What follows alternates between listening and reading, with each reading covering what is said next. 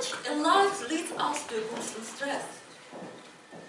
People are nervous, sick, unhealthy, and they really haven't enough time for anything, either to make money or to take care of their health. What should we do in this situation? The solution to the problem has existed for many centuries.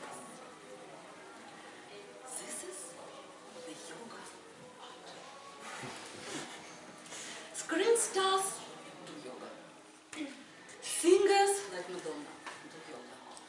Businessmen, well-known persons, politicians, all of them do yoga.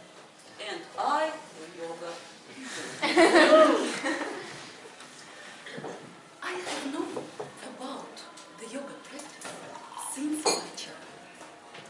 My mother showed me exercises of yoga in very old black and white pictures with captions and old yellow pages. At that time we didn't have internet. That's why all information came to us from books. Fortunately, my mother had a wonderful library. She collected a lot of interesting books, and one of them was about yoga. I tried to do a candle pose, I tried to do a flower pose, and I still remember that if you do yoga pose and breathe correctly, all your kids' fears go away. And you can sleep much better. I didn't encounter yoga for a long time, until recently. An amazing book. It was a book by a Tibetan monk. He was an American. Then he decided to study Buddhism, and he went to Tibet. She became Tibetan monk. She studied Buddhist philosophy, the art of yoga. She studied other secret knowledge. He spent there 20 years. Then he achieved the high level of degree. He was Geshe. Then the abbot of the monastery called him and said, "You couldn't stay here in the monastery long. You should go to the people and show them that person with the knowledge of Tibetan monk could, from anyone, become someone." He returned to the USA. He created a very successful and profitable business in 5 years. He sold this business for $6 million. Then he wrote the book with tips. How to run business and how to take care of your health. And one of his pieces of advice was, if you want to do business and don't want to lose your health, you should do yoga. At least once a week, or better, once a day. I started to thought, should I try yoga?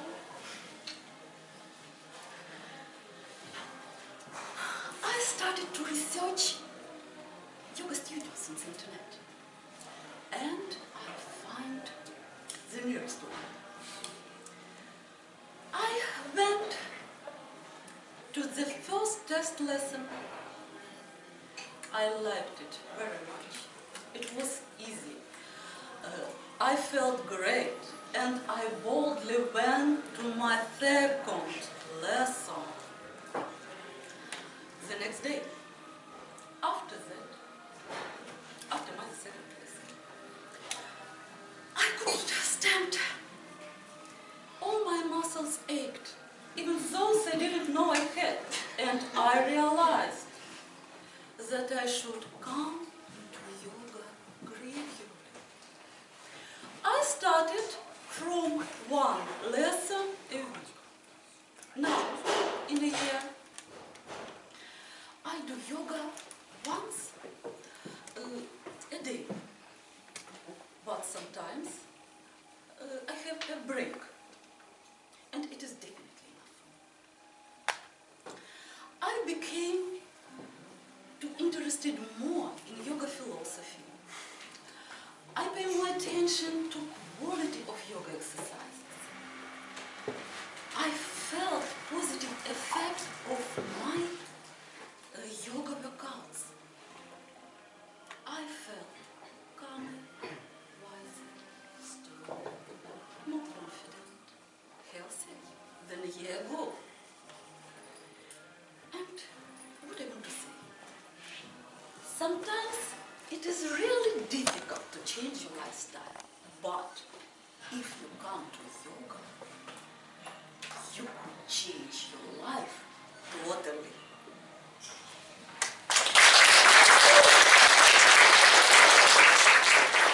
My mother has always said that there are two kinds of people. Those who watch the ground under their feet, and those who look at the starry sky.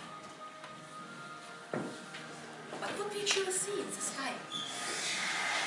The stars are so distant that the light from many of them reaches the earth in hundreds or even thousands of years. Can you imagine? Thousands of years for the light of the star to reach the earth. It means that when we look at the starry sky, we are actually looking into the past. And many of these beautiful stars we adore could even not exist anymore. But we still see the light of them that reach the earth in hundreds, even thousands of years. Is our life different? Let's get back with me to 1993. Difficult time for many people. My grandfather was working on 3 jobs to earn money. The factory he worked at was reorganized, and his already ex-employees received the papers. The factory shares instead of their salaries for several months. The shares cost nothing, absolutely. But people believed one day they would make them rich. They would make them co-owners of a new factory. 26 years passed. My grandfather died, but my grandmother still keeps the shares. Each time she shows me old photos and comes across the shares among the album pages, I say, who knows, Granny, maybe, let's keep them. And who knows, my friends, real value of these shares. Legally, they worth nothing, absolutely. But even if it is the light of distant star, of their difficult but happy past that doesn't exist anymore, but still brings some warmth to heart, why not to keep them? And let's come back with me to 2019 nowadays. Imagine the ice rink. Hot hockey game is at its full blast. The tension is rising, angry screams. Frosty air on the rink doesn't cool hot hearts. Suddenly hockey referee whistles. This hockey referee is my younger brother. Yes, it's one of his jobs. It's not either highly paid or the work of his dream. But once my brother had a dream. He played hockey professionally and was a promising hockey player. As it usually happens, once he had to make a choice in his life. Is it to continue his sports career or to take a new way in his life? Hockey was not on sufficient level on this time, and being a man, my brother decided to keep his feet on the solid ground. instead of looking at the starry sky. He played hockey and in 4 years graduated from Kiev University. But his soul is still on the ice rink. Being a hockey referee for him is just like the light of distant star that doesn't exist anymore, but still brings some warmth to his heart. Skeptics will say it's totally useless, even harmful to cherish illusions. It's better to get rid of them and that's all. But my answer is different. Once, I was coming back home late PM and had a terrible feeling that I was caught by the darkness. I looked around. Just imagine, no people, ominous silence, no street lights. In home, I raised my eyes to the sky and didn't see any star above the dark, rainy clouds. But I needed their light so much. My friends, stars have also its own life. They live and they die. Just like our dreams. But both stars and our dreams do not disappear tracklessly. They always leave a bright light among them. And as long as this light warms our heart, do not try to get rid of it. Try to prolong this light, and it will illuminate your way to new dreams. Why don't you ready? Govenor and the medieval archer Timur.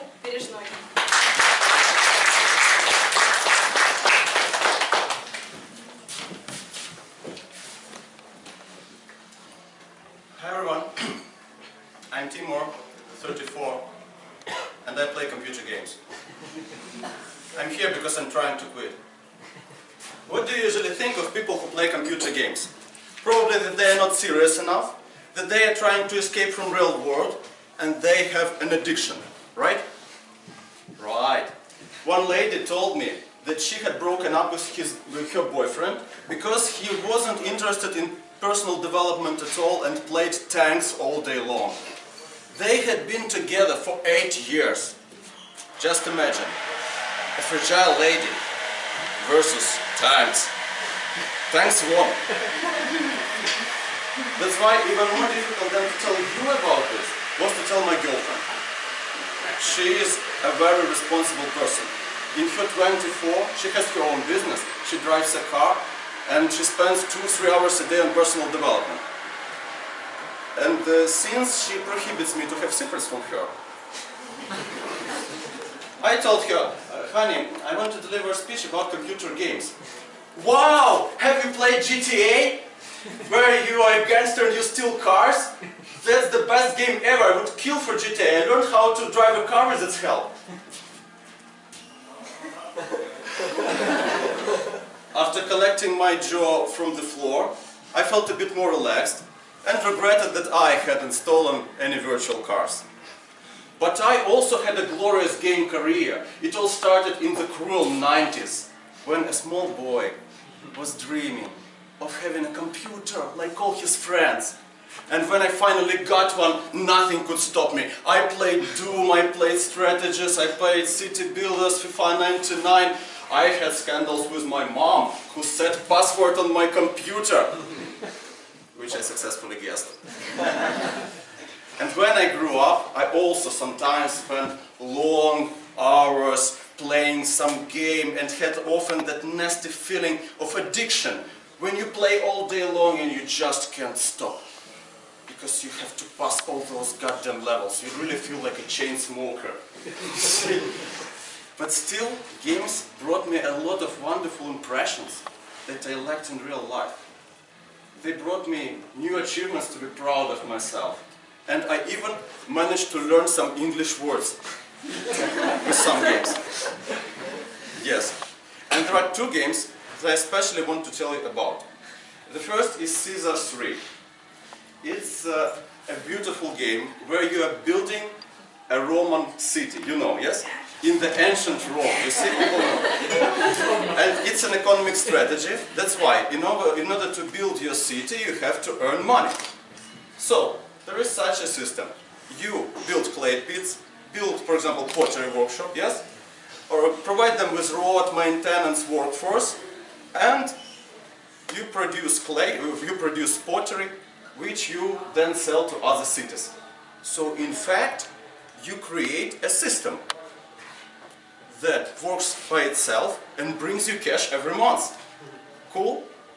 I was 20 years old when I clearly, in that Roman game, saw how to organize a business. And 2 years later, you will laugh, but I organized my own real business, a language school that successfully works until now. And the second story happened just recently. It was a cold winter evening. I was bored, no speech to write for tomorrow, and I didn't have the girlfriend yet. So I decided to play some shooting flash game, just to relax. And the flash game is shorter. It takes less than an hour to pass it completely. Am I right? So I found a game in medieval style, where you have a crossbow or a bow, and you are shooting different enemies that are attacking your castle, like swordsmen, horsemen, archers, etc., who are trying to damage the gate and break through. If the gate falls, you lose. And if you manage to keep the gate safe for 25 days, you win the game. So after passing this game several times, over several days, I set myself an impossible goal. Attention. To keep 100% of the gates live for the whole 25 game days. Not real days, but game days. They're shorter. So I at once saw it was impossible and tried for several weeks. But after doing that, I saw that there was just no way. I just can't do it. I can't shoot better, and there is no possibility to achieve my goal. Still, I kept trying because I liked the game. And one day I realized I'm not using the castle archers and catapults often enough. Why don't I try to do that? And that was the key to success. After doing that, from the second attempt, I got my 100%. I achieved my goal that I had been trying for a month. And I did that 9 more times in the following several days, just to make sure. You see, guys, a simple flash game that I sometimes play to relax gave me probably the biggest insight of my life. The impossible is possible. If you really want something, you can just find a way you didn't see before. There is a way to do this. See this way. A week has passed and I'm still under impression.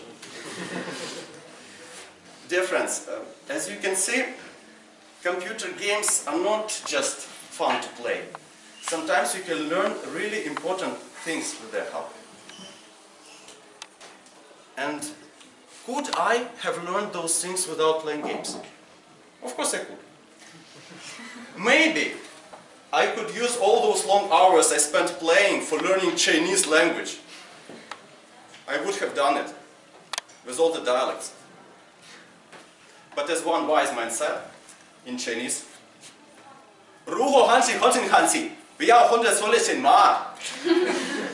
never regret having done anything if at that time you were happy.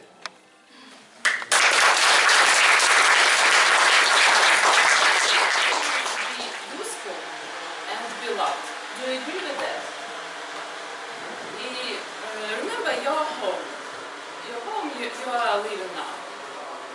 Now, please close your eyes. Close your eyes, please, for some seconds. And imagine house or apartment of your dream. Okay, open your eyes. Thank you. Does it look different from your real place? For sure, you first step for your dream, your house of dream.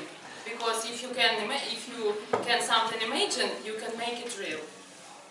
For sure, your dream house had more free space and was more tidy. Yes. For sure, you can do it, and maybe you don't realize, and someday you will realize that you have a lot of stuff, a lot of things that you buy every day. From my personal experience, I realized it very clearly when I had to move from one rented apartment to another, and each time it was my luggage was bigger and bigger and bigger. I was shocked when I moved the last time. And maybe if you can realize it only with one imaginary exercise. Imagine, do you bring something in your house more often than you bring out? For sure, you bring more. But what to do if you can't throw something away? In my experience, it is a huge problem for me to throw something, because somebody made me a gift, but I don't need it. Sometimes I bought a book or one more book and one more book. Maybe I've read it, maybe I didn't, I haven't. But they left in shelves without usage. Or maybe I bought jeans, a pair of jeans or trousers that I dreamed about, and I wore them 5 years ago, but I don't need them now.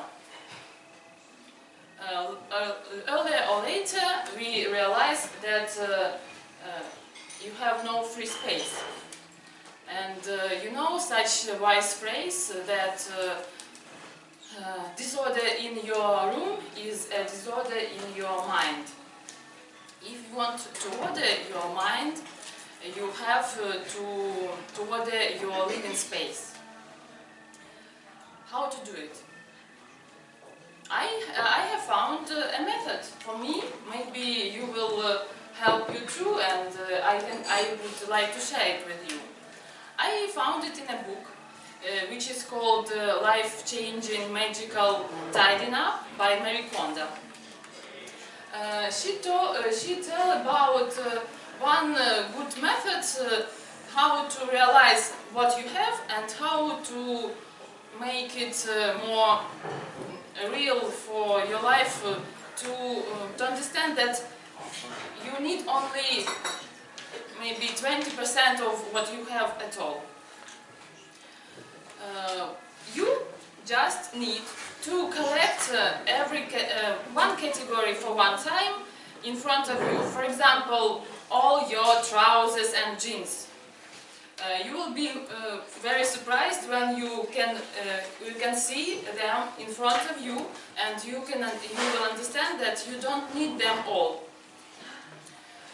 Then you put one piece in your hand, each by one by another, and ask yourself, do it brings you joy or not? If it doesn't, you say thank you for your service and put it in your plastic bag. That's all. In this way, when you can do it with every piece of everything in your house. In this way, you can free your space up to 80%. So you will be surrounded only with things that you really need and you really like. This will give you this will make your house magical, and it will inspire you, because you will left the balance the ballast behind you, and you will be you will enjoy your stuff that you enjoy even now. Free your space, free your mind, be happy now. Frankly speaking, a little bit strange item. Agree with me? Yes? No? Do you understand this phrase? I will try to explain this phrase through to a small history.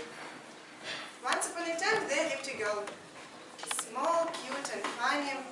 She was the beloved girl of her parents. She was the only child in the family. Her parents were also good people. Her dad had a beautiful voice, so she could play on piano, play on guitar, and such strange instruments, you know, like piano, but moving right and left, accordion it's called. And her mom also was in the center of attention in every company while she was dancing or singing. Meanwhile, her dad was a very good businessman, a very self-confident man. He ruled a business while he was director of pharmaceutical network in a big city. So you could imagine that he has a very strict character. So the girl was raised in a good tradition of patriarchy. Her parents took her in all possible classes in the world. Piano, dance classes, ski, figure classes, and even the school of good manners for girls. So, all possibilities to be, who do you think? The millionaire's wife for sure, she wanted to be. Or simply a wife of a good person, from who she would mate, what, who? Millionaire, right. But in this good history, there was some detail. That opinion of this girl must be never against to the opinion of the main man of the family, her dad. And such situation happened at the age of maybe 10, when she was argued with his father regarding of technique how to play on piano. She was telling he must play this way, and she told he must play this way, and she hit her. And she was hurt not only physical but mental. She couldn't understand what's wrong was with her, how she could upset her father, as she was a good girl with good marks. She didn't try to use alcohol or cigarettes at this age because she was under 10 years old. And she decided to live her own life, but with this feeling of guilty that she's upset her father. During the next 3 years, as she started the road of self-realization. The first period was seeking what's wrong was with her, how she could upset her father. The next period, it was the period of blaming all the road, all men, you know, all men are the same. And the third period, finally, was a period of perception. As the first speaker told us, yoga and meditation really changed life. And it helped her to understand that you could change your life by your own. That no one owns nothing to nobody. You are responsible for your life by your own. And for now, this girl is a graduate of Kiev Academy, is working in the Parliament of Ukraine, is a member of the Leaders Circle and took part in many international exchanges, including Poland and America. She now ruling an NGO which has helped children and orphans and disabled children. I think it's a good result of my received lesson. Yes, it was my received lesson and it was my experience, and this is the first time I'm talking about this in a public with the purpose for you to make my experience and to remind you the force of forgiveness, accepting and trusting to the world. It was hard for me to understand this, but I want you to take my example. To understand that responsible for your life, and you can't always get what you want. You get what you need in a certain period of time. For now, I know that I'm not only good potential wife of a millionaire, but also a woman who knows her borders.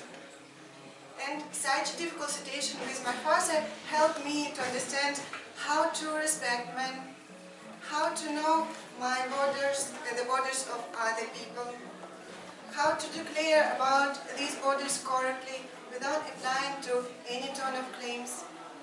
But the most important lesson I want to share with you is to fall in love with yourself, to accept yourself.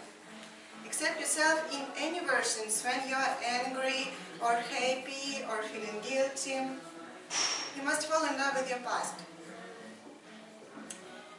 So, the main lesson I want to share with you that if you want to be happy, simply be happy.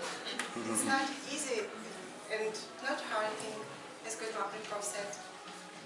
Simply be optimistic and grateful to all work, so you can be the best version of yourself. Thank you.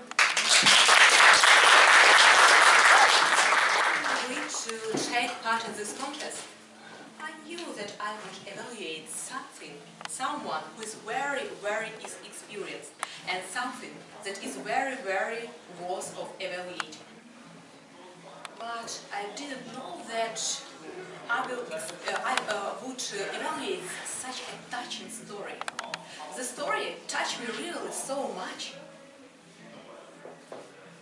You came to the stage and started with explaining, with creating images of father of a good family, of mother of a good family, of daughter who was going to get married with a millionaire. Your images were very vivid. I vividly recreated them in my mind. And it's very good to create a story with such a bright images. What you like in your story is your transitions.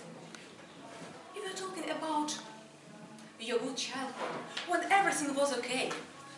But then, you moved to another part of story that was not so good. Father hit you. Your world was just turned upside down. And what I liked was that you were very, very sincere in your story. What I like more is your sense of humor. Despite the story is very touching, from time to time you added some jokes, and it's very good. What I like more that in the end of your very, very good speech, you revealed us that you are this girl who you were talking about. Because till the end of your story, I didn't even guess. And it's good to create such a story when no one can know what the end will be. And you did it successfully. I know that being an evaluator, I need to add something, my friend, something, room for improvement, something Alessa should learn. Okay, I will tell you. But it's a very, very small thing. Try to use your stage more. Not to pace, but when you're talking about one part of story, take, for example, this part of stage. Then you are moving to another part of story and take another part of the stage. But it's a very, very small command. Because your story is really great. And your story is thought-provoking. And anyone in this audience, and me and any girl, could be in such a position. And now I understand that your story changes something in me. I understand that only me is responsible for my own happiness. Thank you.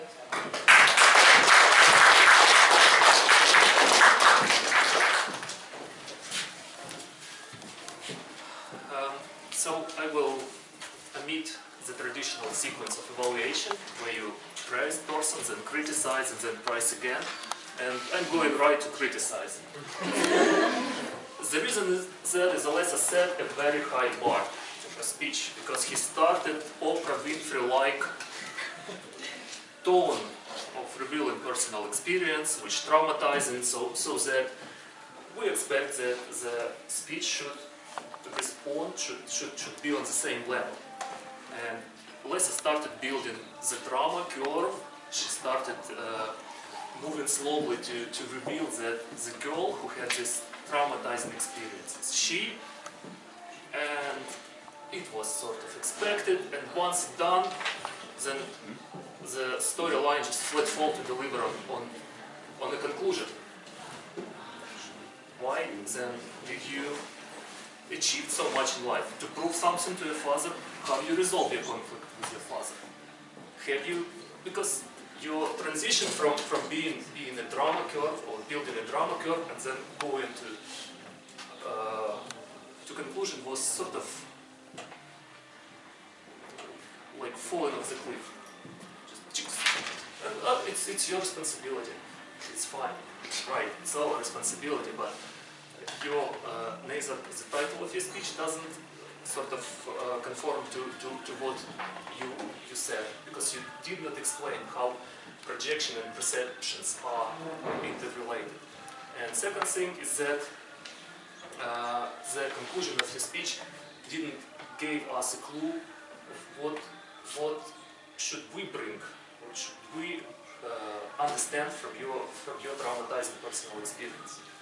Okay, because if you take the responsibility to speak such a complicated topic, you need to understand that this is responsibility to speak, I don't know, at the name of child who being beaten by parents, or at the name of women who are brought up in patriarchal society. So you are not speaking by yourself, you are speaking as representative of certain group of certain segment of society. And I think I've done enough. I'm really that mean. This is true. And thank you for your attention, and I hope it was useful for speaking. Yes.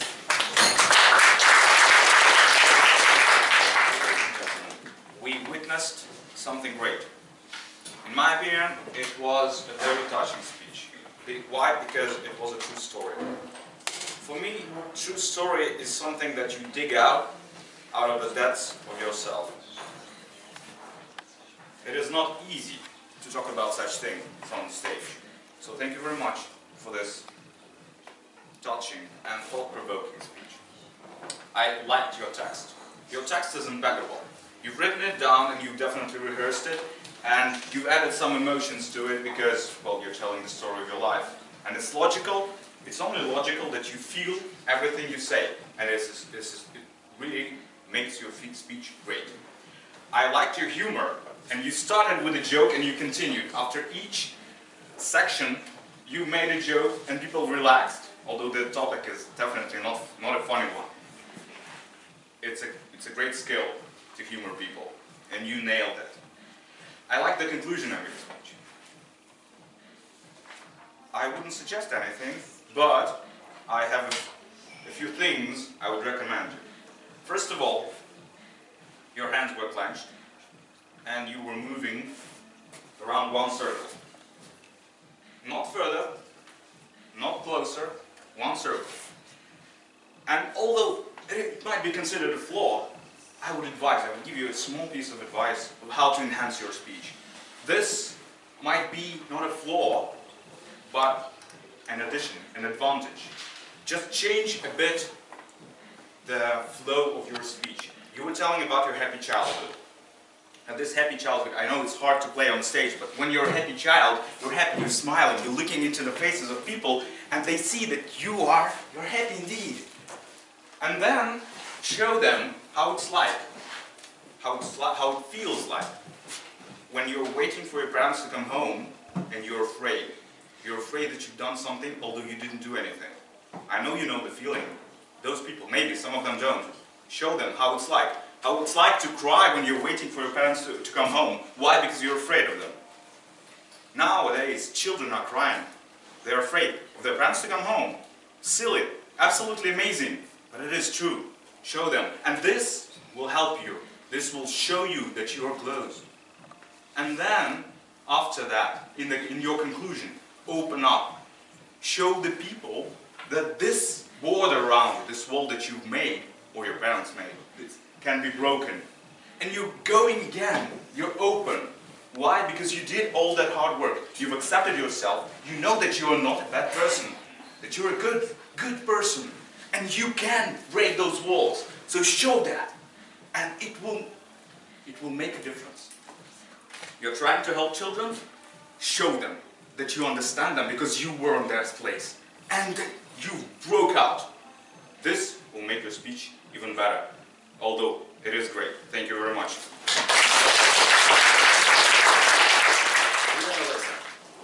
Thank you for coming to our club and delivering this speech. You know, I won't praise you very much, but this speech was really one of the best.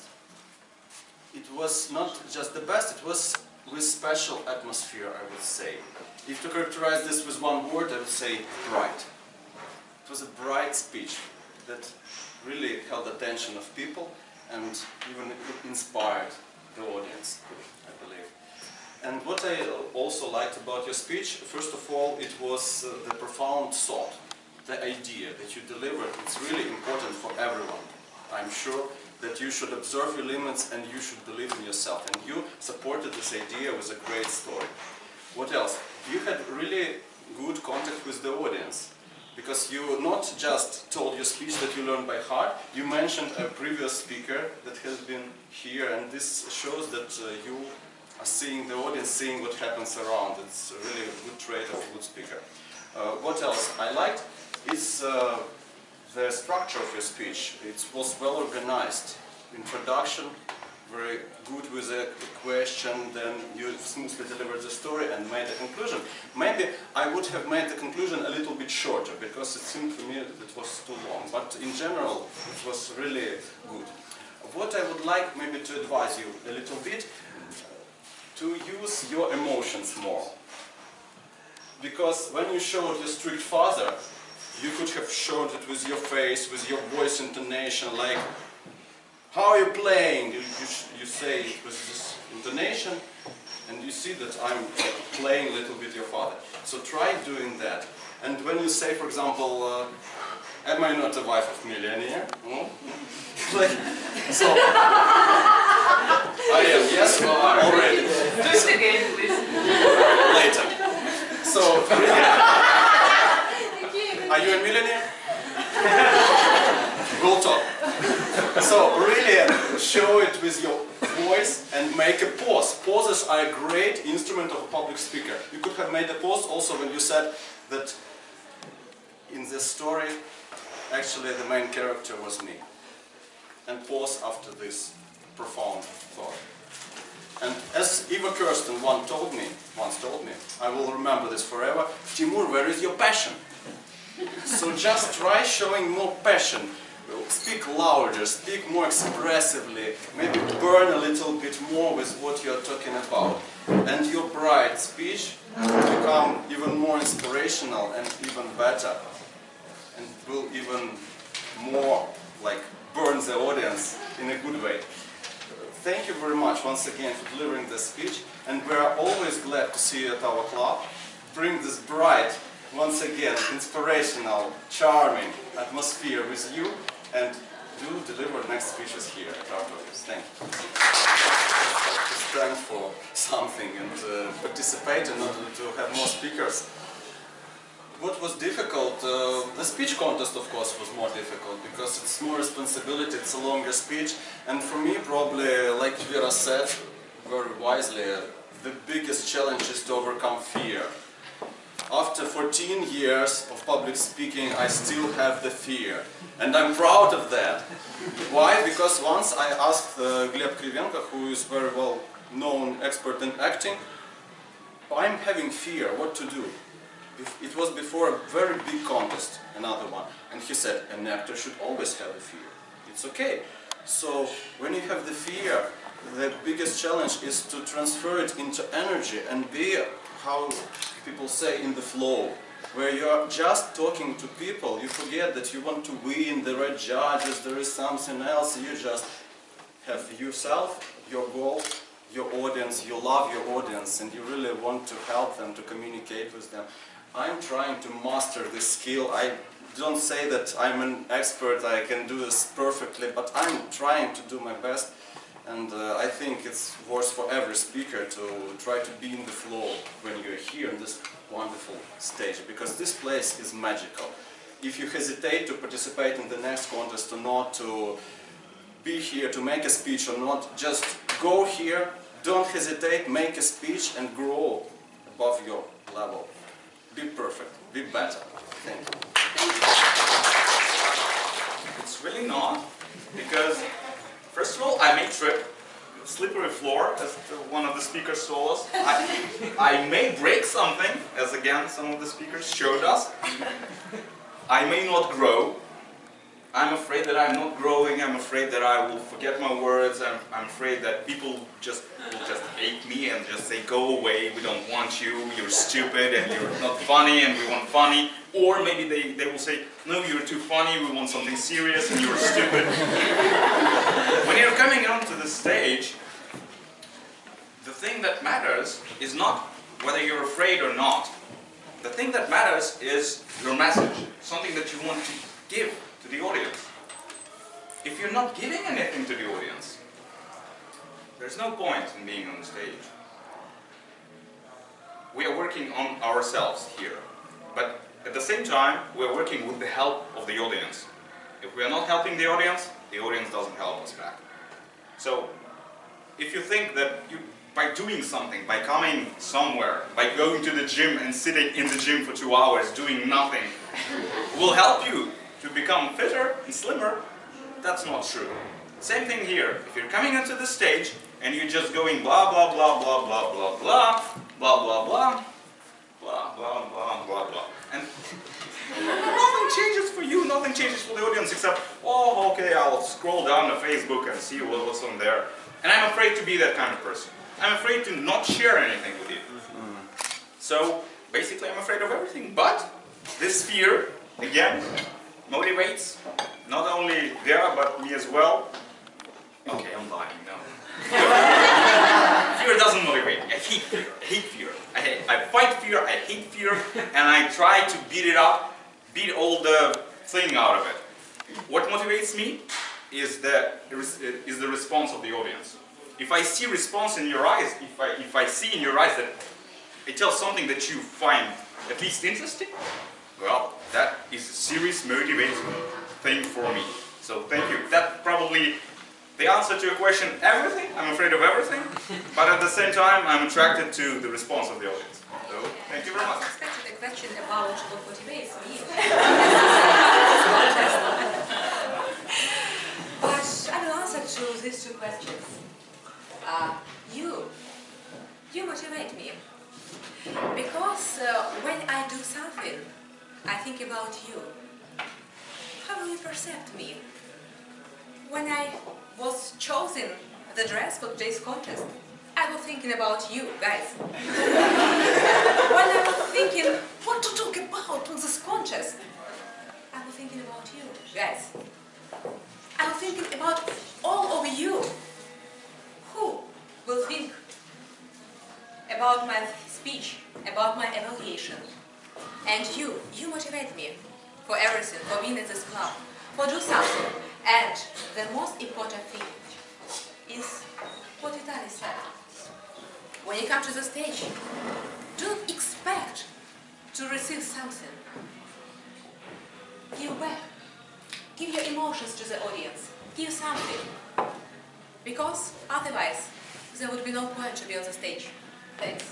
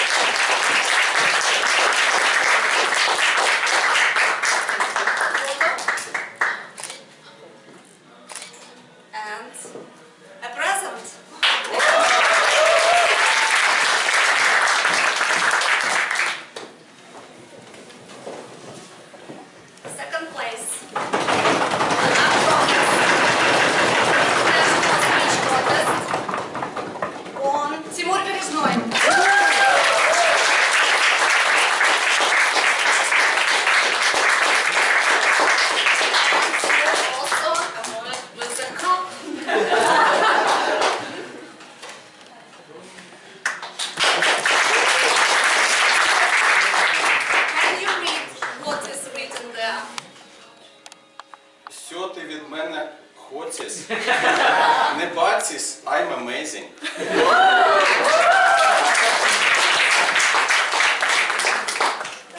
And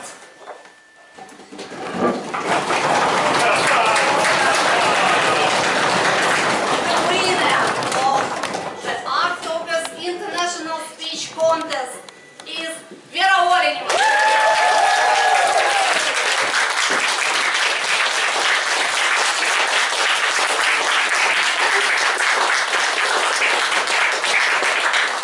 Слухайте від мене Потіс. Не Потіс, я спікер.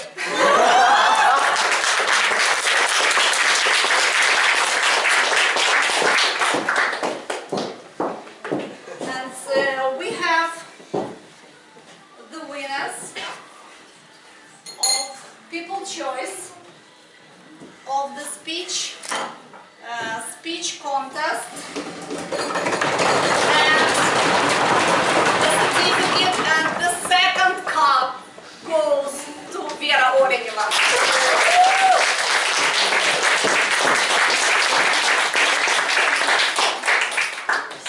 And the second cup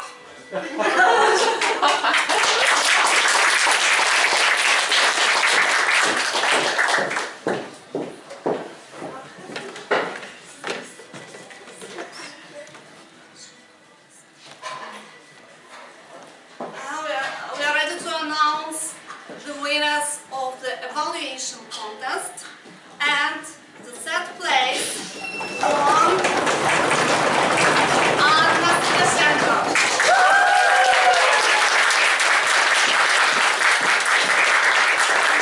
And the second cup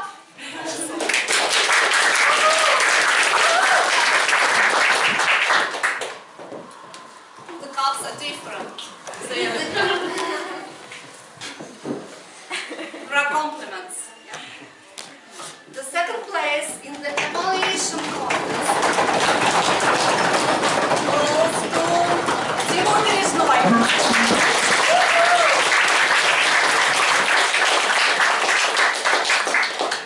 No, you are amazing as well for the second time.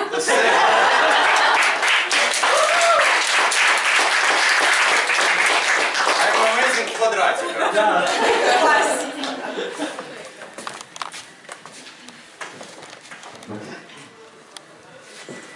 And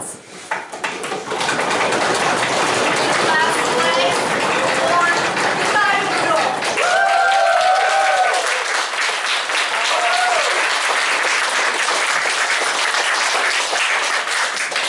Thank you very much. You're so sweet.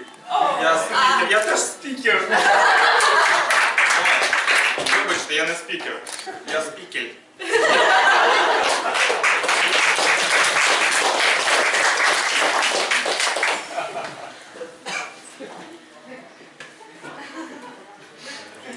Surprisingly, the People's Choice Awards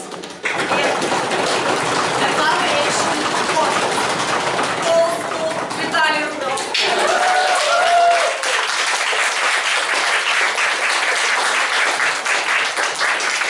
Thank you very much. It means a great lot for me. Thank you. You see how many cups you received today, so Two. we are invited For a tea party. for tea party. Yeah. Thank you very much.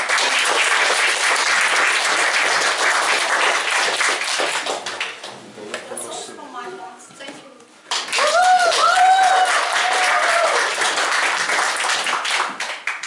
Wow, what a great contest was that. What a hit, what, like, I can't imagine what motivation I received today, and I hope you received it as well.